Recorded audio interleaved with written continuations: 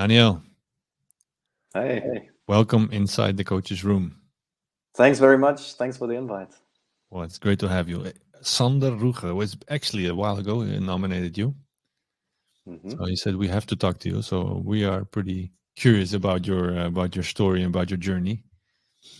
And we had actually one. I didn't say that before we started. We had one question from a follower. Said, "Why are German coaches so successful?" Maybe we get into that later. But first, let's start with with our standard question.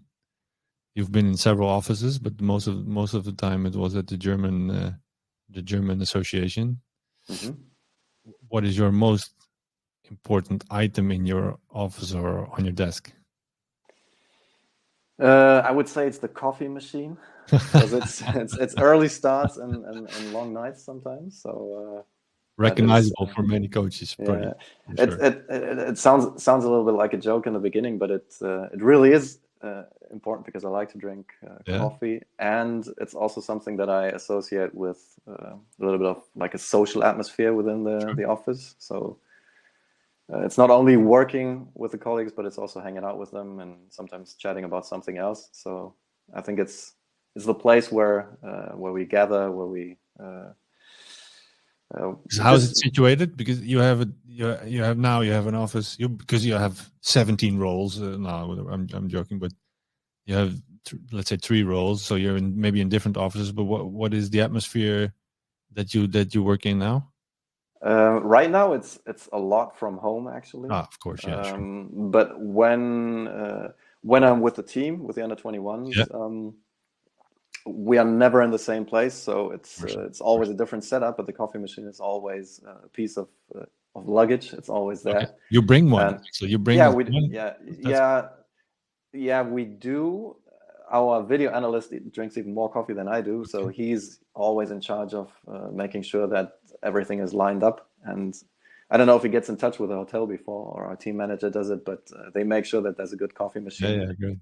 If there isn't, then we make sure that ours gets Okay, there. okay. Yeah. Okay, and but okay, important part is okay. You're all working, and there's a performance environment, but connecting with each other. Let's say in a regular office, you have this coffee machine talk, but you hmm make sure that in the environment that you work or the environment that you lead, for example, the coaching license, that there is an atmosphere where these coffee talks are there as well. Absolutely, I think it's very important. I think it's something like a hidden curriculum to get people stimulated, to get Yeah, people inspired by what you speak about in an organized setting. But the discussions they have in the time that is between sessions or in the evening or in the morning, I think that's where a lot of the important conversations happen as well, and where the reflection happens. So I think if you plan something like an educational setting, like we're setting up the new DFB Academy in Frankfurt right now, yeah, um, then it's important to make sure that there are these places where people meet casually and speak about things without pressure. yeah. And how? Because the courses that you run or manage now are partially online, or they're still live. What's the situation there? The situation right now is that we don't have a course. We're going to start it at the Okay. end of February, and Yeah. we haven't had one in the last 7 months. Okay. But generally speaking, it's a mix of presence and online, Yeah. and also visits in the clubs. So it's a mix. Most of the things that happen synchronically, so where we actually have conversations and have meetings and exchange, they happen in presence. And a lot of the things where we make sure that they have the foundation, where they gather knowledge, where we set references for discussions, that can happen online, and everybody can do that at their own speed. We sometimes have expert talks where we invite people that we otherwise wouldn't get to the table Yeah. online for an online meeting. Yeah. So It's it's a a mix. blended learning concept where And the reason why I'm asking, because these I'm thinking about this now. So many things are online, and it's all highly efficient. You don't have to travel. But exactly like you're saying, in these courses, and if you are with a group of coaches learning, you need those moments Yeah, outside of the classroom where you can inspire each other or have these talks that also push you to the next level. yeah, absolutely. And it's something that started off as not really part of the curriculum. Of course, you plan breaks between sessions,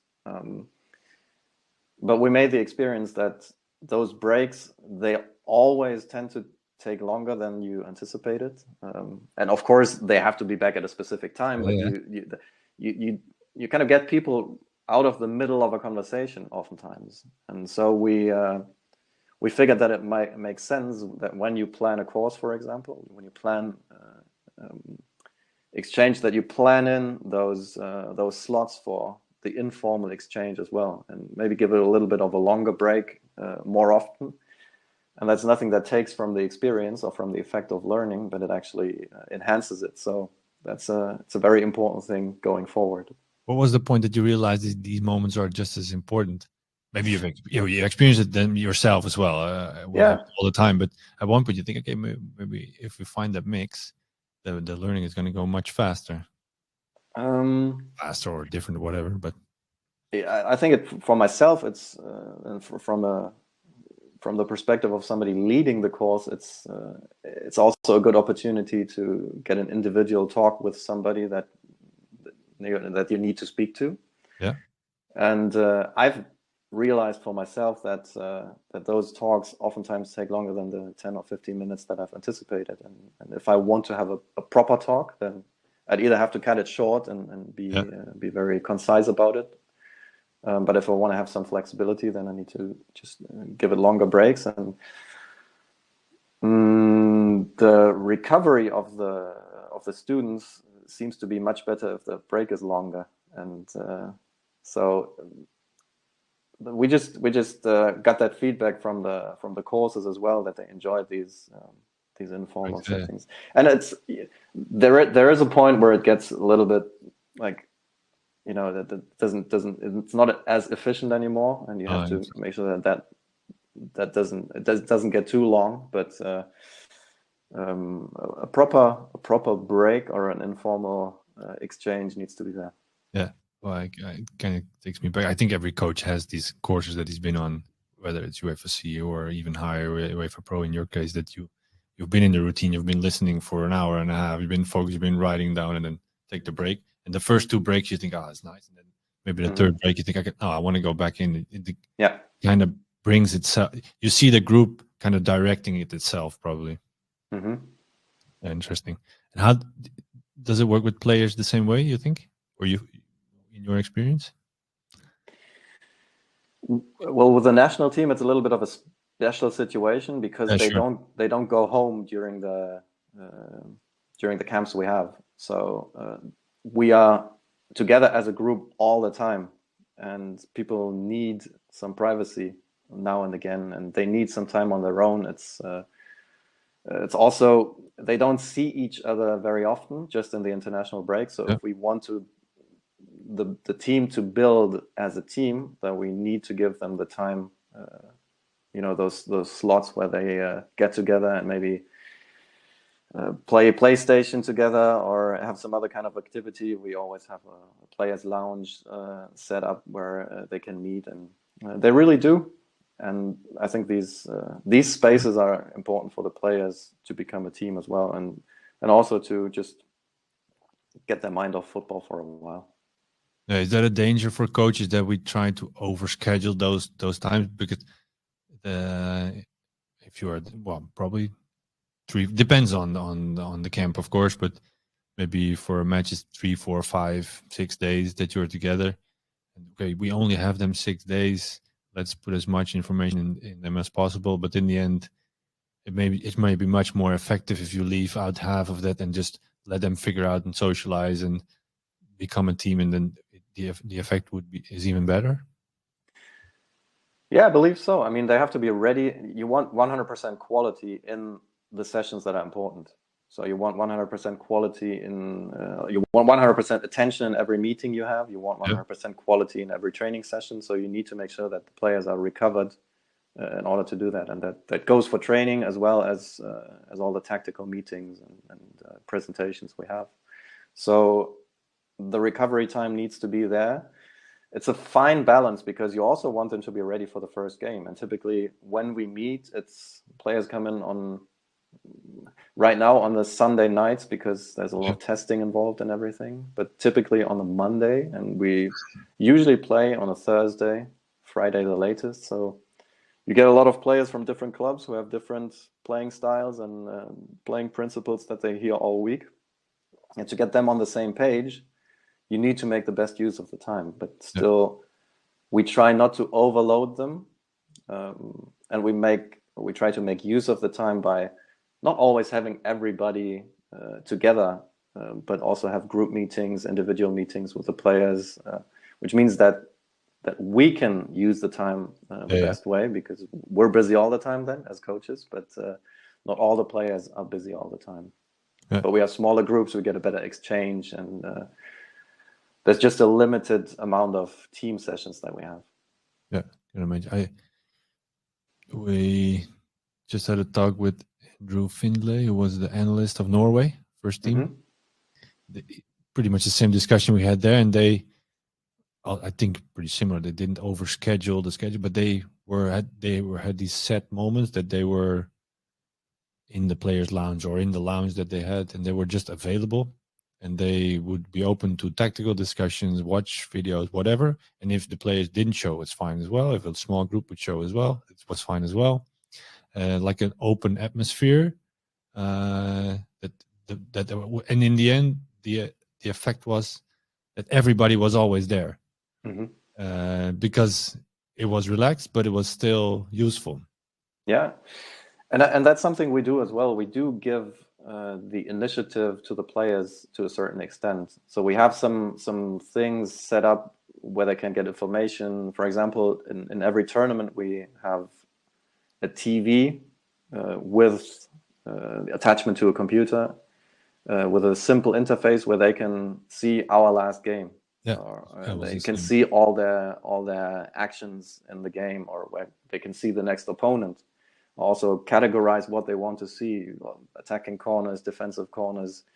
So the players can actually become active and do things on their own that they find interesting. So it's a little bit of an individualization with the intrinsic motivation that they can bring in. And there are players who are very active with that, who watch every single game that they've played, watch it again, and maybe even watch a full half of the next opponent, look at situations or typical situations of the players that are going to play in the positions that they're going to oppose in the next game. So they exist. I would say a lot of them are somewhere in the middle, where the closer it gets to the game, the more interesting it gets for them. Sure. And some of them even just take the iPad in the locker room before the game and then do the thing for for their short-term memory.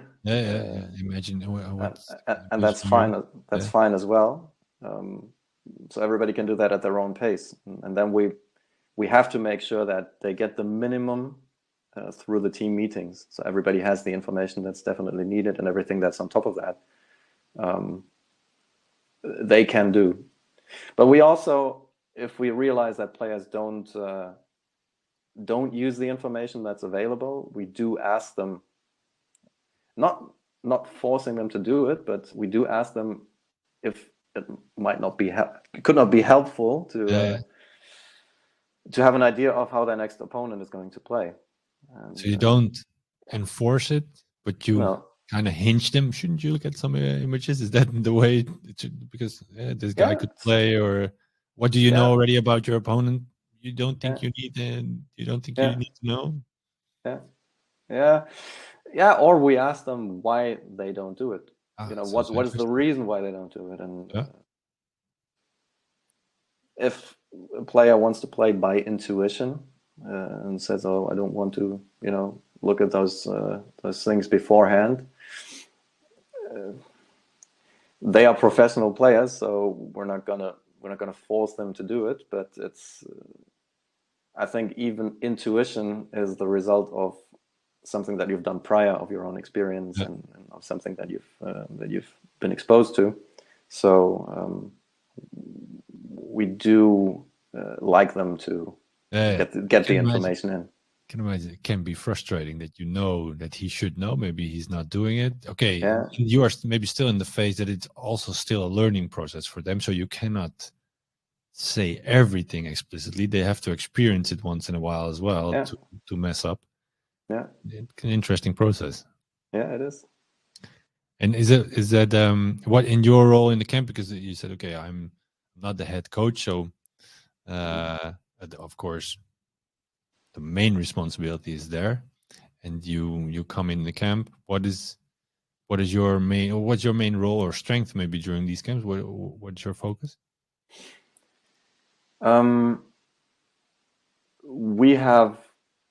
We've had a change in the head coaching position. We had Stefan Kunz, who's now the head coach of Turkish national team, and now Tony Di Salvo, who used to be my fellow assistant coach, is the head coach. And because of that change, I have many more responsibilities now in terms of training. So planning training, and also being in a lead role in training.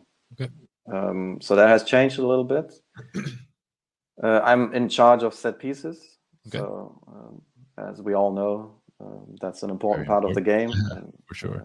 Very big determinator of whether you're going to be successful or not. Yeah.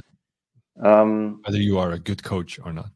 Yeah, I'm involved in analysis, so I do the analysis of the opposition. Yeah. It's not like I do it by myself. We have a very, very good analyst who prepares everything, and we go through the last 3 games of the opposition together, and then we put together a presentation as well. And I present it to the team. So that, and on top, individual sessions with players. And also, I have to say, because of the several roles that I have, the other jobs don't stop during the camp as well. So I always have something to do for the coach education part. Yeah. Okay. Yeah, well, I had the idea that before we pressed record, you said, "Yeah, well, I am not the head coach, so my time is relatively filled." But if you say it like this, it is a lot of things you have to do, maybe even more, but less responsibility. But you have a lot of things that are, well, let's say, your tasks in these camps. Yeah, and the responsibility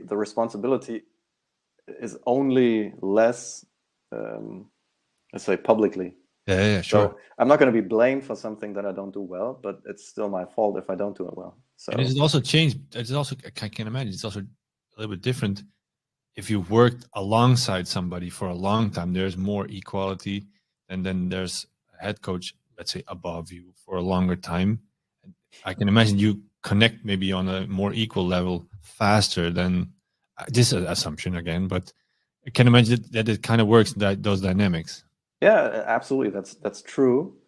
And I've seen it from both perspectives. I've seen it from somebody who gets from the same level to the next level, because I worked as a coach educator for the DFB before becoming the lead.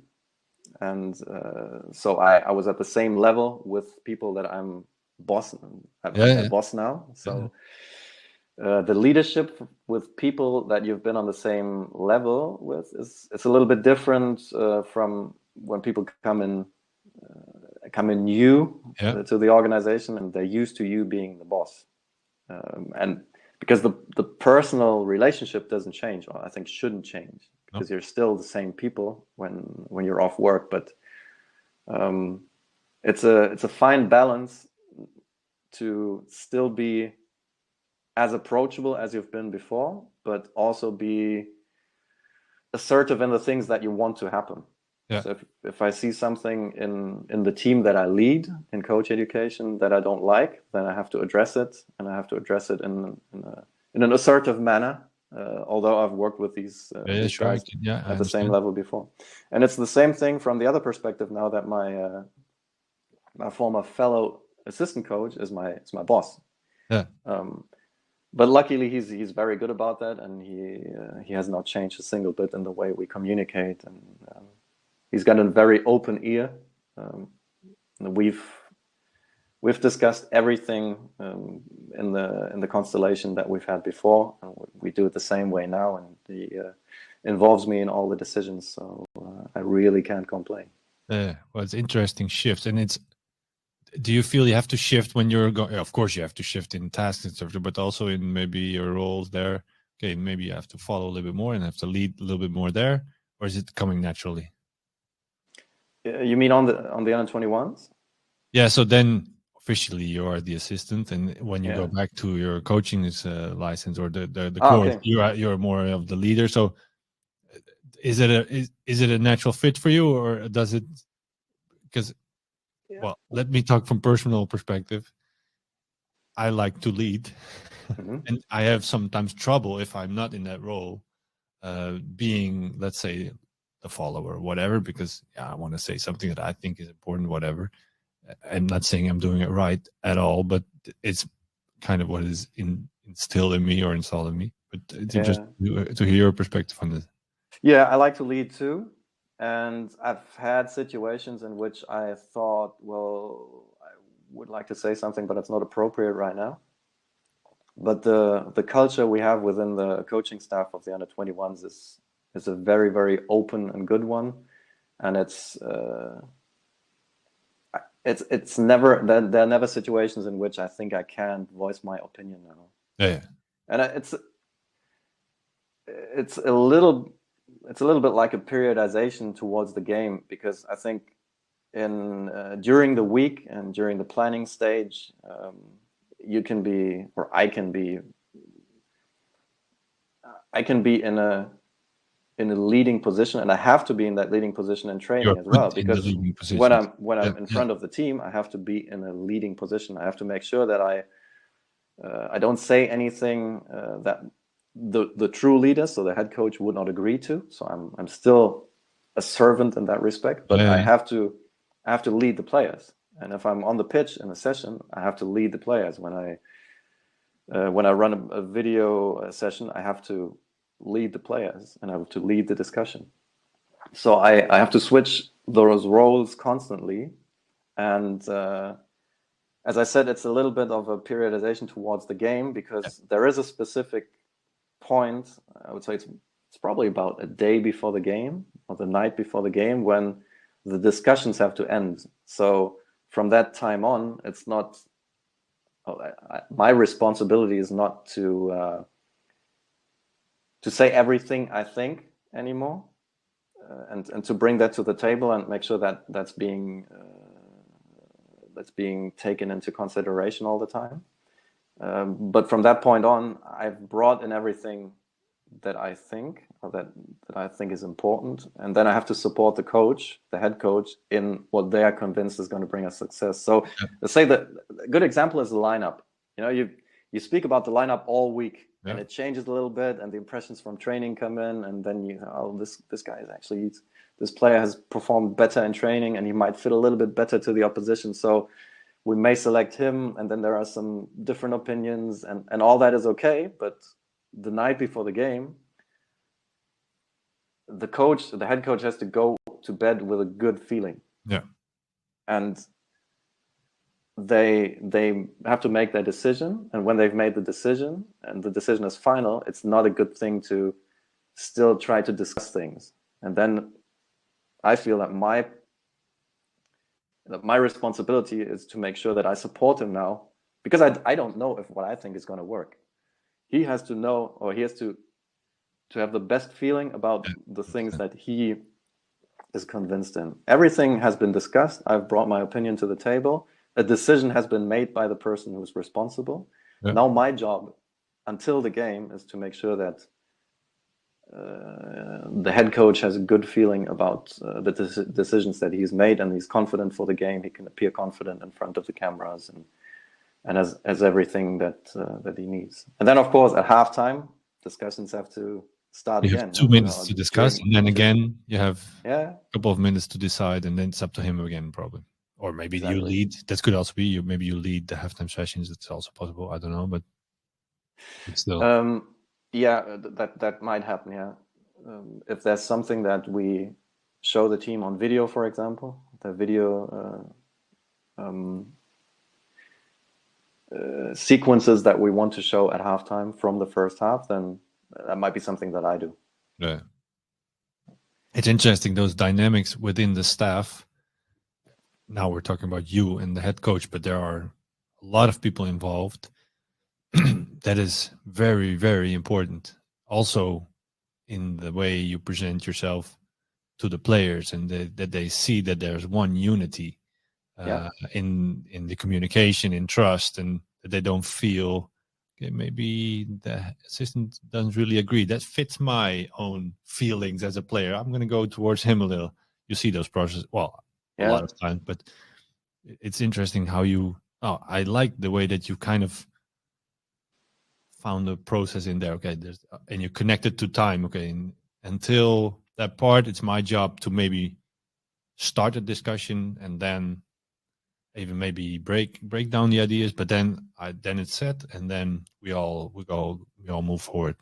Yeah, and of course, if there's something that's really important to me, and it's still not, I just can't agree with it, and it's on match day, then I'll express it. I'll express it in a one-on-one with the head coach, but I won't make a big discussion about it anymore. Huh. Yeah, it's really an interesting process. Yeah, well, and it's also well, especially on the elite level, you see, and people tend to think these things are going on within staff or clubs, and then if you make a small step a little bit in the other direction, everybody can say something which you also may want to prevent. Yeah, It's a different discussion, but I find it very recognizable at a different level. But been assistant for 2 years with a very good head coach, and for me, it was not really a problem to fit in his way. But I also knew, and there was trust. Trust is the main word, I think, there. Yeah. That you could discuss anything, and once we go out into the dressing room, yeah, you still speak one voice. That's, I think, the most important. Yeah, it's quite interesting. I do get a lot of calls where people ask about coaches. You know, they're looking for a coach, or they're looking for an assistant coach, and or for a youth coach, and they have questions about coaches, or they would like to find a coach and see if I have somebody that I can recommend.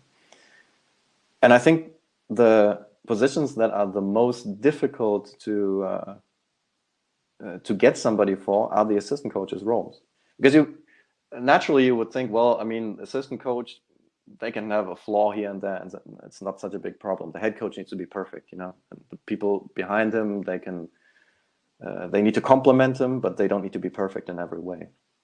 But the qualities of the assistant coach, they are so special, and the combination of those qualities is so special that it's the hardest position to find good people for, at least at the top level, because you need people who can appear in front of top players, who have top standards, who are very, very, very sensitive to weakness, for example. And you have to appear in front of those players and make a perfect impression. Yeah. And be very, very good in the subject-specific things that you want them to do, or that you communicate to them. But at the same time, you have to be totally loyal to your boss, and that's quite a difficult combination. And you shouldn't be wanting your boss's position as well. Yeah. Well, not at that point. Well, not at that moment. Yeah. Yeah. The reason why I'm saying it, because when I went to it's just an example, but when I went to that club that signed me as an assistant coach, before I got signed, I said, in the end, I want to be the head coach here. Mm-hmm. But the head coach there was a friend of mine or a good connection of me. So, but it was clear to everybody that I wanted to be his successor. Um, um, but I wanted to be a head coach. But I think the good thing I did, not about me, but it was clear. So there was no backstabbing. No, it was clear. And as long as he was there, I was 100% loyal.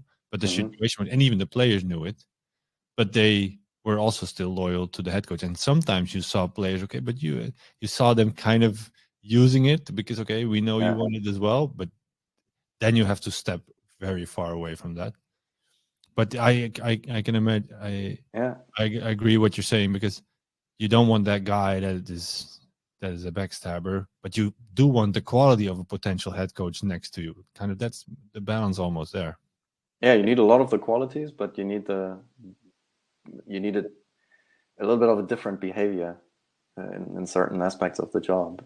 But as you said, you had a strong head coach, and if the head coach is strong, then they can even tolerate somebody who might get into that position at some point. And I think it's totally legitimate to want to do that at some point. It's just not good if you try to make sure that point comes a little more quickly.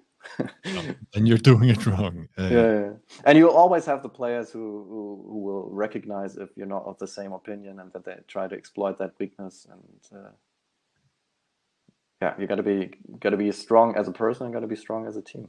So exactly. So the staff that you build, or that you find around you, is crucial for your own way of working. Because if you have, well, how do I say this? If you have coaches that are fine with being an assistant, and they just there because they have the job anyway, that's not the guys you want to relate on. You want exactly like you said, you want to have these guys in front of the group as a head coach, that if you put your assistant forward, the quality should be at least as good, or ideally it is better or different, but very good.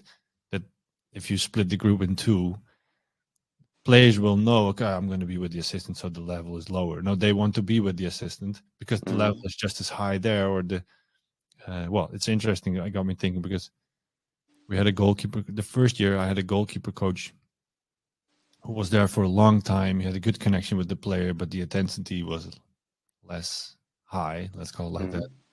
Second year, I brought in an assistant coach, a goalkeeper coach, and he was like, in a positive way, a maniac.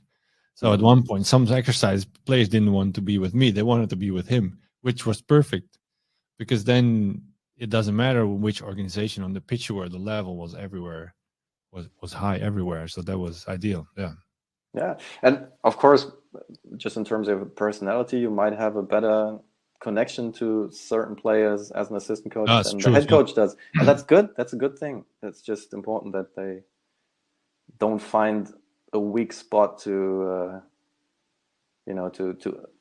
attack the system to their own advantage. Infiltrate, I think, is the word. Very interesting social dynamics, or group dynamics, that's there. Is that a part that you still have to install during the pro coaching course, or is it that most of the coaches they've had already a lot of experience, so this is not the thing you have to add at that level? The background is quite diverse. Background the coaches have. So some of them might be assistant coaches in the professional game already, so they see things through the assistant coach's perspective or glasses. Then there are some coaches from the, say, like a semi-professional to professional level, League 4 and below, that are already head coaches. But at that level, they oftentimes don't have a big team around them that supports them. They have to do a lot of things on their own. They might have a good, decent assistant coach. They might have a fitness coach who's there part-time, usually not full-time. And then also you have coaches from the youth teams, from the academies, who have a very good coaching staff already at that time, at that stage. So it's a little bit diverse. I think none of them are used to having a staff of 25 to 30 people around them, and to having ever had to organize that kind of staff and to lead the kind of staff, and to make sure that everybody gets the proper amount of your attention. But you still organize things that you don't have to be at every meeting and speak with everybody every day. So that's something that they need to get used to, and it's something that you can't really simulate during the course, but they go through internships with professional teams, and it's a subject that they need to speak to the coach to, and get their point of view. And it's something that they can prepare in theory, how they would organize it if or when they become head coach of a professional team. So who do they want to be in their circle of trust, in the inner circle? Who do they want in the next layer, and who is kind of on an also important, but on an outer circle of people that they don't need to be in touch with every day, who support well from an expert point of view, but it's not. It doesn't depend on a daily communication that's being done directly, and they can also prepare processes like things they delegate to their assistant coach, things they delegate to the team management, just to make sure that they don't think everybody is their direct job every day when they become head coach, because that's the danger that a lot of young coaches run into, or coaches who haven't experienced the professional game. They feel responsible for every single thing because they have been responsible for every single thing in the past. And of course they are responsible for the result, but they don't have to do it all on their own. So they have to delegate it, and they have to trust the people they delegate. They have to also make sure that they are always informed about the processes and the results of the processes, and make sure that everybody's at the highest quality, but they still don't need to do it all by themselves. And did I hear you saying, like, you have your daily connections, then you have your circle. I can hear you talking in circles, and then you have your monthly expert talks that you have. Kind of, is that kind of how you share it with them, that this is a way to organize? Yeah, it's actually a model that we use. So it's you have your inner circle. And you have 2 or 3 people, maybe sometimes 4 people in that inner circle that they completely trust, and you exchange information with on a daily basis, who are involved in decisions that are very important. Then you have people around that who you still might be directly in contact with, but not to the same extent as to your inner circle. And then you have people on the outer layer that you might not always communicate with directly, but actually delegate things to your assistant coach, for example, to make sure that you get specific information. You might have somebody who's in charge of the medical staff, who makes sure that you get all the medical information. So you don't need to speak to every physio every day in order to find out what they know, but somebody comprises that information and make sure that you get the essence of it. And having those processes organized is extremely important for the head coach who's in charge. Yeah. Well, even gets me thinking about my role as well. Even then, I was also doing everything because I thought that was the way to do it. But if I look back at it, I could have delegated much more, because there are, even at lower levels, there are a lot of people involved that maybe not every day, but they can still help you. Yeah. I think it's a very big pitfall. Well, now I hear you talking. This is my lesson from this podcast, that use whoever is around you. Yeah. Mm-hmm. Yeah, and the thing that's most difficult for a lot of the young coaches is to trust the people with things they delegate. They delegate those things, but if the result is not perfect immediately, they think, I need to do it myself. Yeah. Instead of coaching that person, you're not only the coach of the team, but you're also the coach of your experts. You're not gonna know enough to overrule your medical staff on decisions that are made on a medical basis, but still you coach them in terms of the way you want the information presented to you, and and what kind of information you want, because that's a little bit different with every coach. And typically, although most of the people, they stay with the club and they've worked with a coach before you, they're going to work with the coach after you, and they might want things a little bit differently. So you have to be very clear about the way you want things to be done. You want information presented to you. You want the processes to run, and that is your job, to make sure that they know how that is going to go. And when they're good experts, if they're good experts, which I think in most cases they are, then they're going to be able to cope with that and adapt to the way you want it to be. And then that process you have to accompany. You have to give them feedback on the way you think their area of responsibility is going. Not doing it in a way where they think, well, he knows better than I am, because they are the expert in a lot of ways. But concerning the way they want things organized, or you want things organized, you have to lead them the way.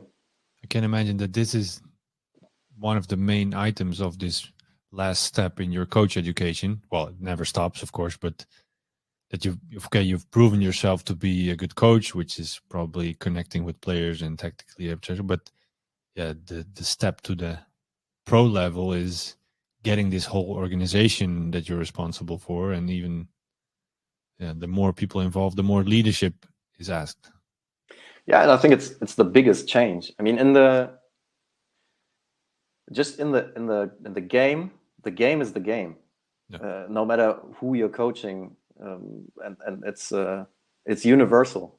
The qualities of the game of football are universal, and I don't think there are too many changes in that now.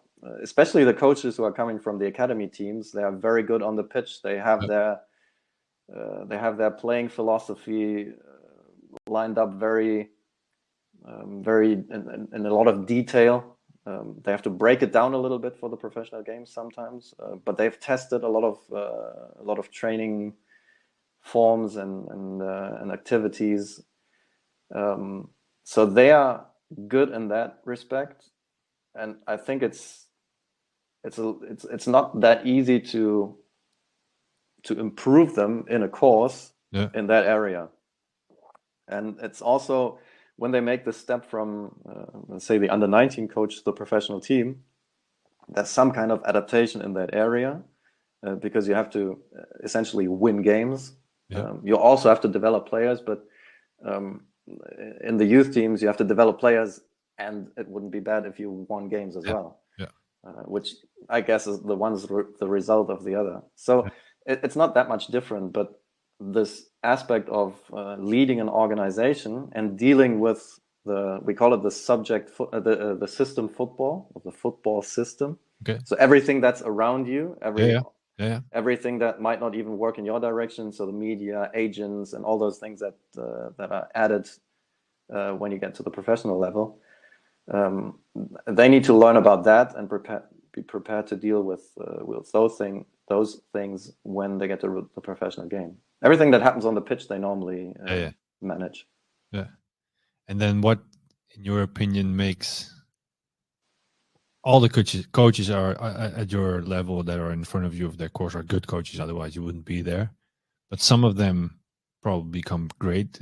What makes the difference in being good and the ones that stand out and really manage that situation?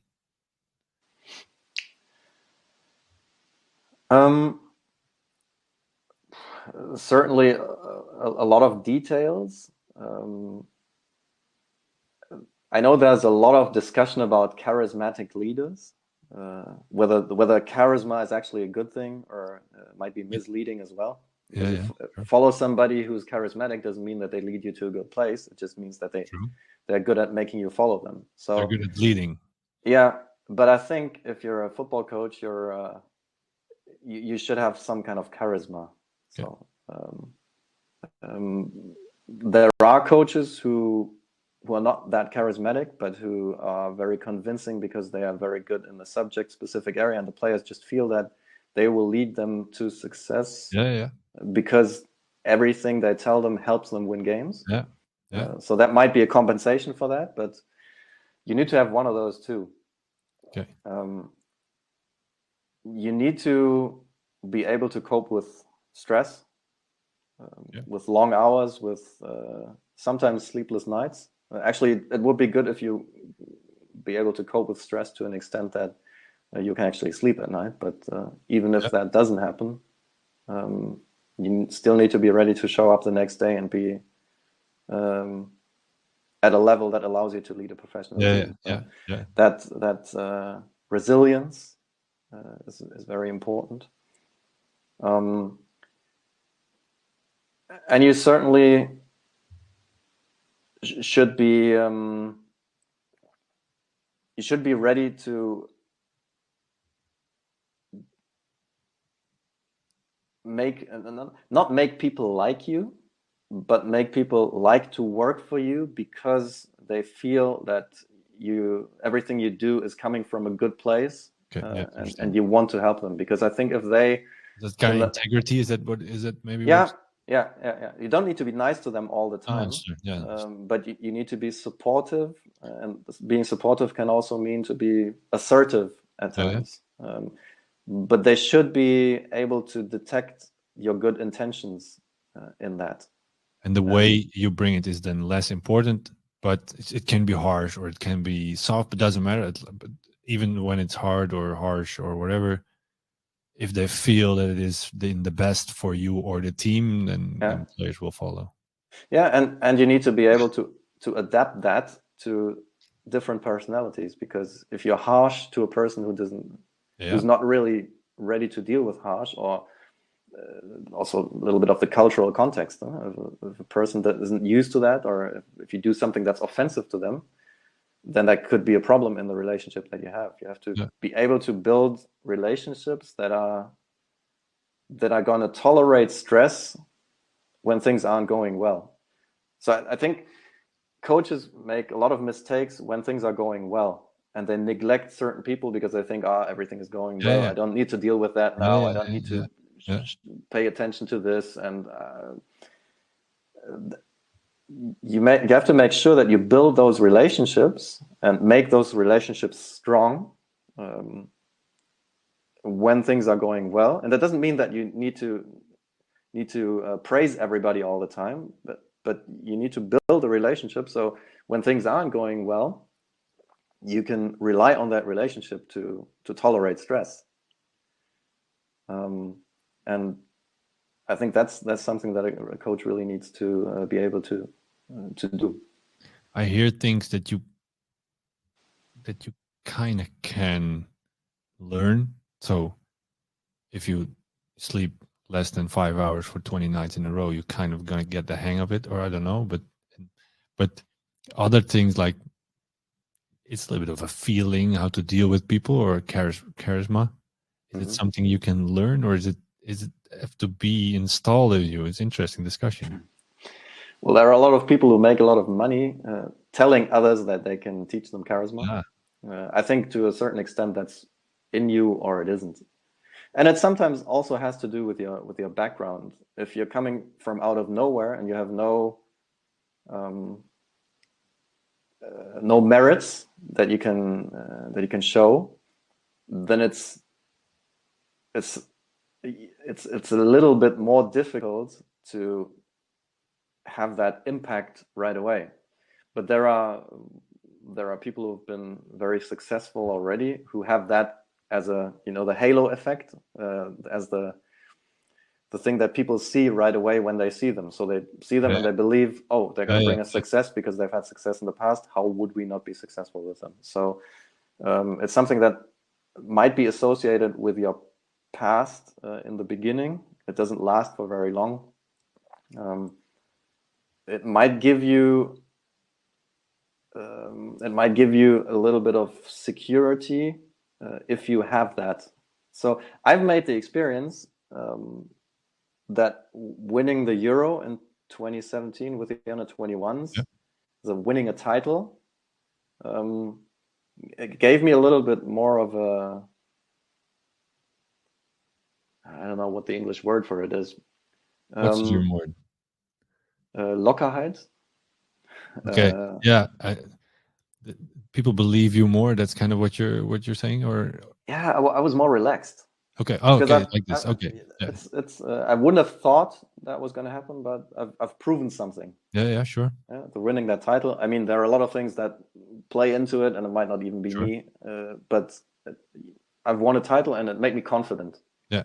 A little more confident. I've been confident before that, but it made me a little bit more confident because the next generation of players coming into the under 21s, they thought, oh, this coaching staff has won the title, so might make sense to listen to what they have to say. Yeah. And so it gave me a little bit of relaxation. Relaxation is the wrong word. Confidence is good. Yeah. So winning something might add to the appeal that you have to others. Yeah.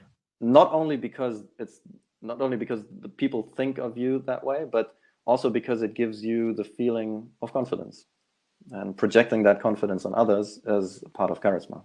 Yeah. If you feel more confident yourself, you feel more secure, and people feel that you feel more secure. So they are maybe a little bit more willing to. Well, maybe I'm taking it superficial, but they're a little bit more willing to listen, and because it rubs off on people. Yeah. It does. Yeah. Yeah. Interesting.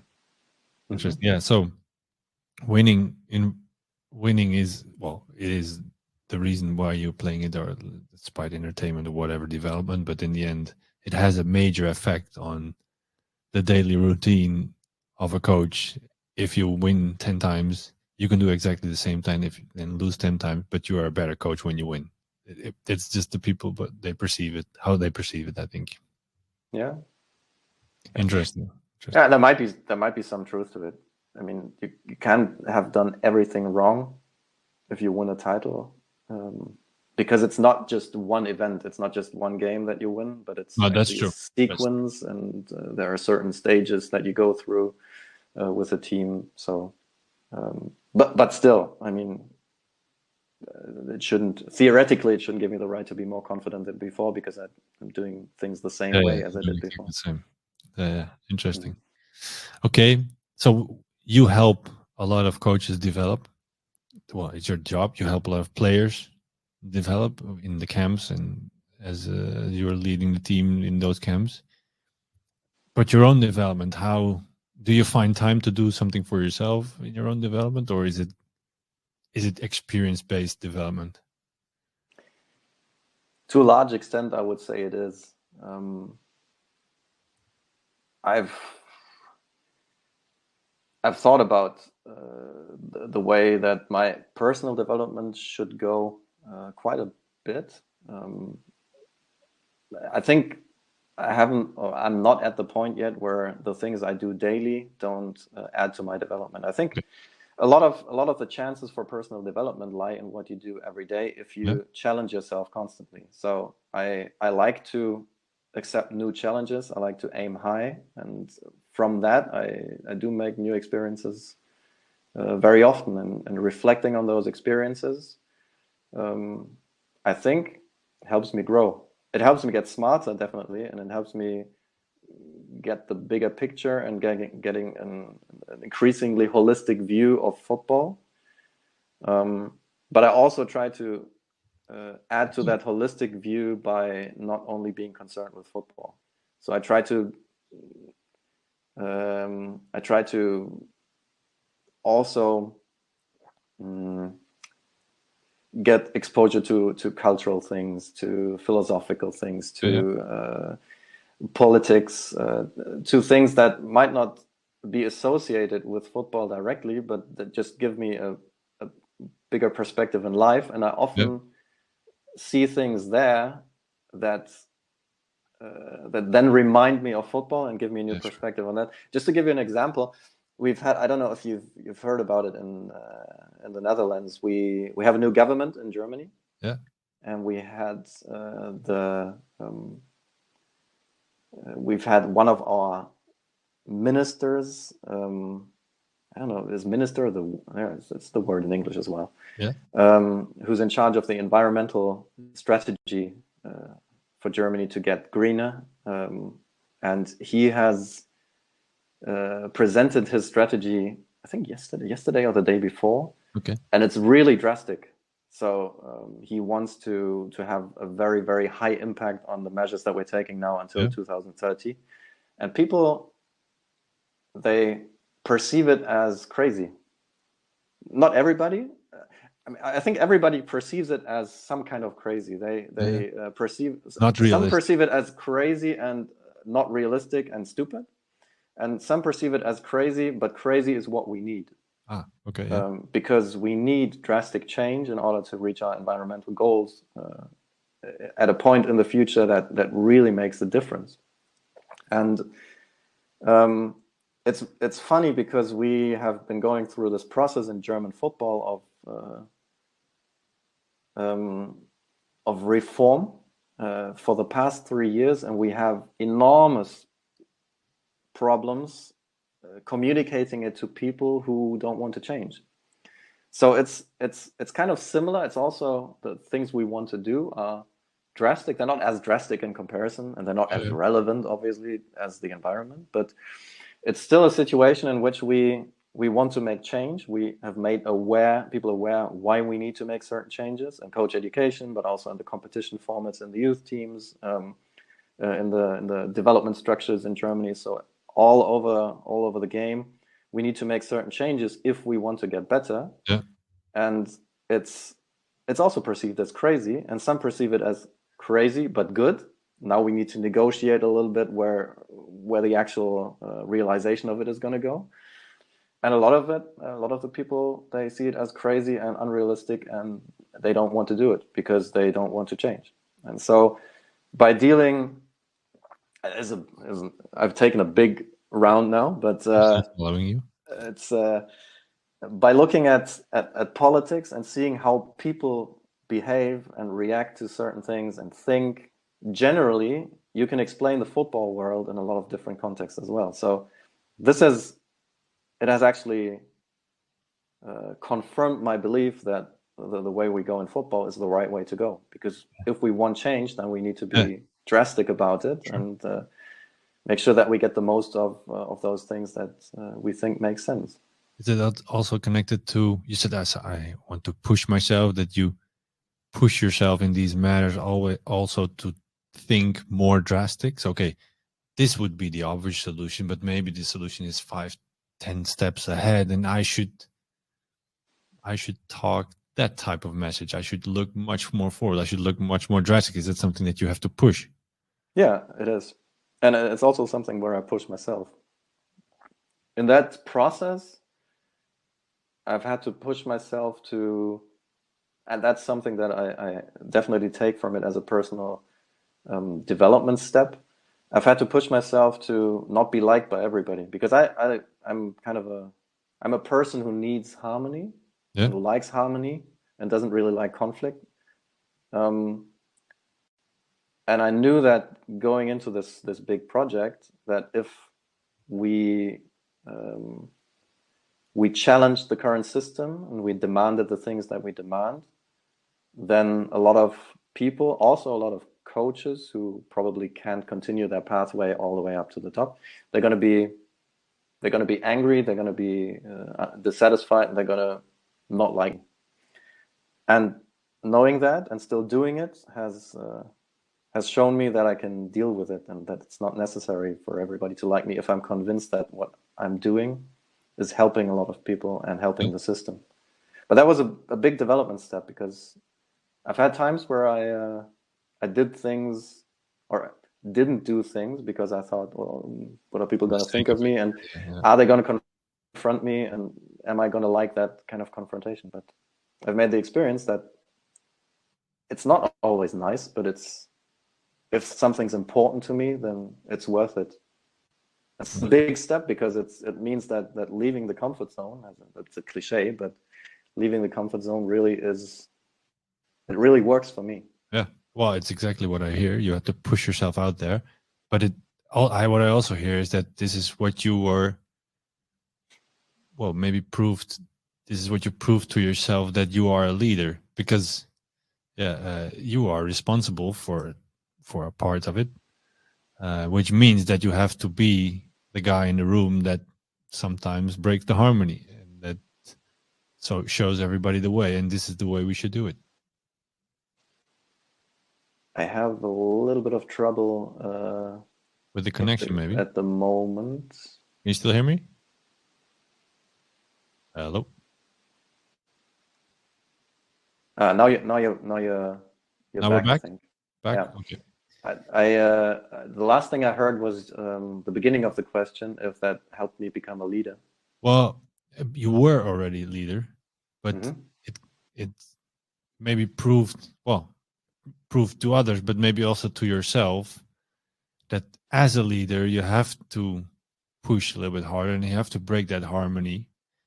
If Hmm. otherwise you don't get anything done, or nothing changes. If you stay within the average and Hmm. you are, well, maybe it's an I'm doing hardcore assumptions here, but it is something that you are as a leader are tested as well. Okay, can I bring everybody in? Sometimes you have to leave some people behind. Some people will get mad, but you've shown first of all to yourself that you are able to do that. Yeah. Yeah. That was, I think that was the step.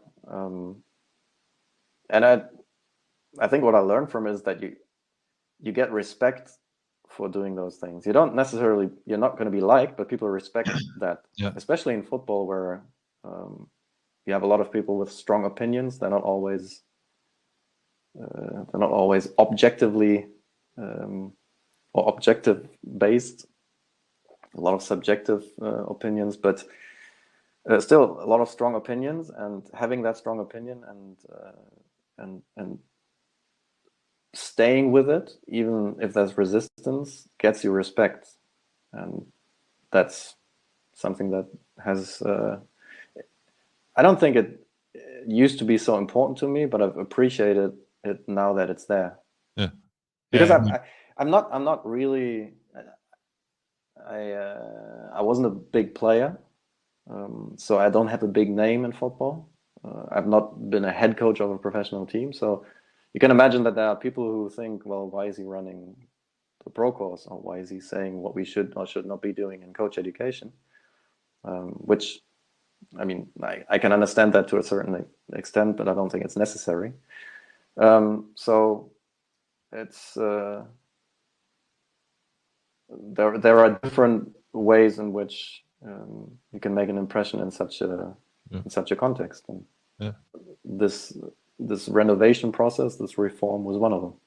Right. Well, this is, let's say, a high up management role, but it relates to the dressing room as well. If you were a younger coach, you also, if you take it to a smaller environment, that's, I don't know if it's simpler. Yeah, it's simpler. With 15 players, you also have 10 players want to go that way and 5 players or one or two that want to go the other way. You have to show as a coach or as a leader that you're willing to confront that situation as well. Because if you don't, you lose the other 10. And in your case, it's a much more political environment with much more influence from external factors or whatever. But it's, if I maybe make it superficial, it's almost the same. It's been an interesting discussion so far, Daniel. We've What I hear with your story is that you have different angles and different roles, which gives you a lot of experience that you can connect in all these roles. That's what I find the most interesting, because if I hear your story about the way you are an assistant, and I know you've already also been an assistant in the Bundesliga as well, which these experiences connect almost fluently with the pro course, where you are more, let's say, in charge of a single course or the course, and you have your manager role, which you are more in the leader's role. So I love the way that it all connects, and I love the way that you take your experience from one part to the other one, um, and yeah, and in the end, that is maybe a little bit the situation for you, that you don't have too much time to sit down and maybe evaluate and relax, but you all these experiences push you to the next level, and you kind of develop automatically. That's maybe my conclusion of the talk so far. Yeah, I would definitely You sign would that, say that. sign up on that, sign off on that, I think is what you say. I would sign off with that. Yeah, yeah. I could use some more time to reflect. Really, um, that would be cool. I Yeah, reflect on the go pretty much, and I've found some system to do that. But still, I realize that when I have a break, of, let's say, 2 weeks, things start falling into place after a while. After relaxing, then all of a sudden I get ideas that I don't normally get, and there might be a solution to something that I've thought about a lot. But it doesn't come to you if you're under constant pressure or in the constant rhythm. So that would be something that would be very beneficial. Yeah, well, I'm not going to say to you how you should manage your time. That's not up to me, but it's a process that everybody recognizes. If you're constantly on the go, then in what way or another you find yourself, I found myself relaxed some time that things stop or whatever, or for whatever reason. Corona could be one of the reason or anything, and it gives you all of a sudden time to evaluate it. That's when the best ideas come. And then, well, for me it's the case then to not overrush and dive straight away into the new ideas, because that's my pitfall in this case. But it is good when they happen. It is, yeah. So that could be the next development step, to learn to say no to things that could be interesting, but I just can't manage at the time. Yeah. Well, I'm very happy that you did say yes to this podcast. Me too. Yeah, I really enjoyed it. Yeah, I did too. It's cool. Thanks. So Sander had the good assist for you, or for me, that he nominated you. That was it was very valuable. So thank you, Daniel. Now it's up to you to give an assist. So it's very interesting to see who we should talk to next. Yeah, well, I've as I told you in the short talk we had before, people, they don't know that, but a lot of ideas who might be a good addition to the podcast. Yeah. I am thinking right now, and we'll have to. You said you were going to do it based on the discussion also a little bit. So yeah. I think Matthias Geisler would be great. He was on the pro course 2 years ago, and now I don't know if he would like me to say that, but the rising star among the young coaches in Germany.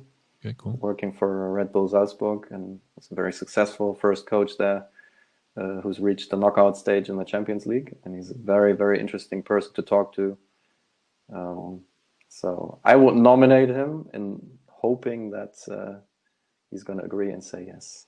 Otherwise, I have some other alternatives that. Okay. Well, I can imagine you have a lot of coaches that's been in front of you that could be interesting, but let's go with your first assist, and there's no pressure at all.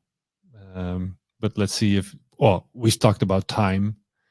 Time is of great value for these guys as well, because they don't have it a lot, I think. Yeah. But we'll see. Well, I love the nomination. And again, Daniel, thank you very much. Thank you very much for joining Inside the Coaches Room.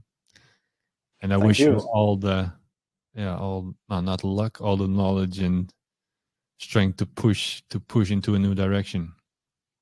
Thanks very much. It was a pleasure to speak to you. You too. Thanks. Okay. Thank you. Bye-bye. Bye-bye.